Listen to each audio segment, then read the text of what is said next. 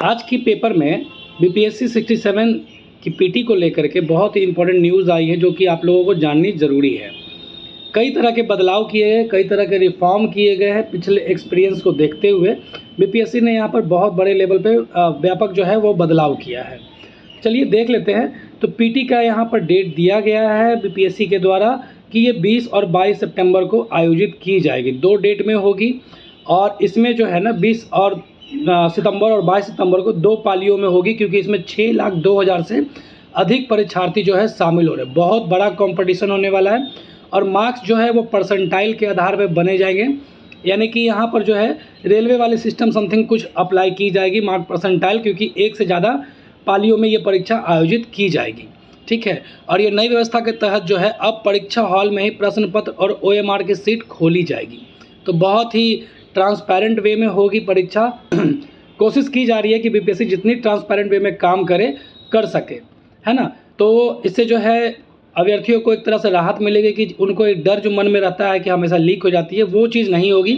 और यहाँ पर लीक प्रूफ करने की काम की गई है बीपीएससी के द्वारा में। यहाँ पर कुछ जो है विशेष इसके बारे में दिया गया है, तो वो भी जान लेते हैं कि इस बार जो है हर एक सेंटर के लिए अलग अलग होंगे प्रश्न पत्र।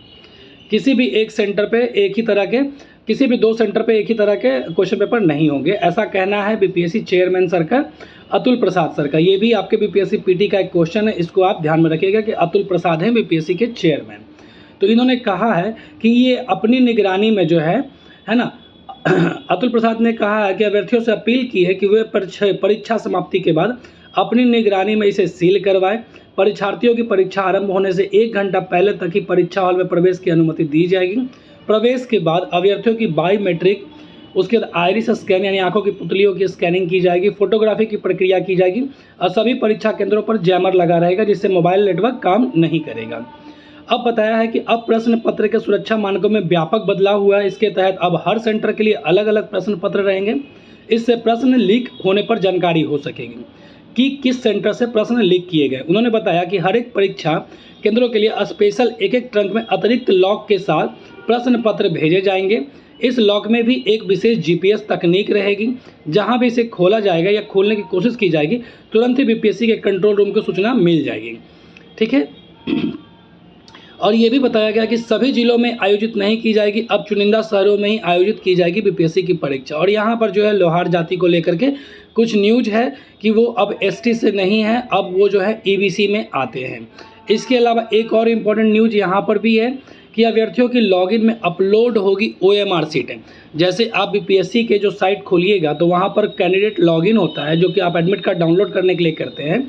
वहीं पर अपना यूज़र नेम और पासवर्ड दे करके आपकी वहाँ पर ओएमआर सीट भी अपलोड रहेगी, आप उसको देख सकते हैं।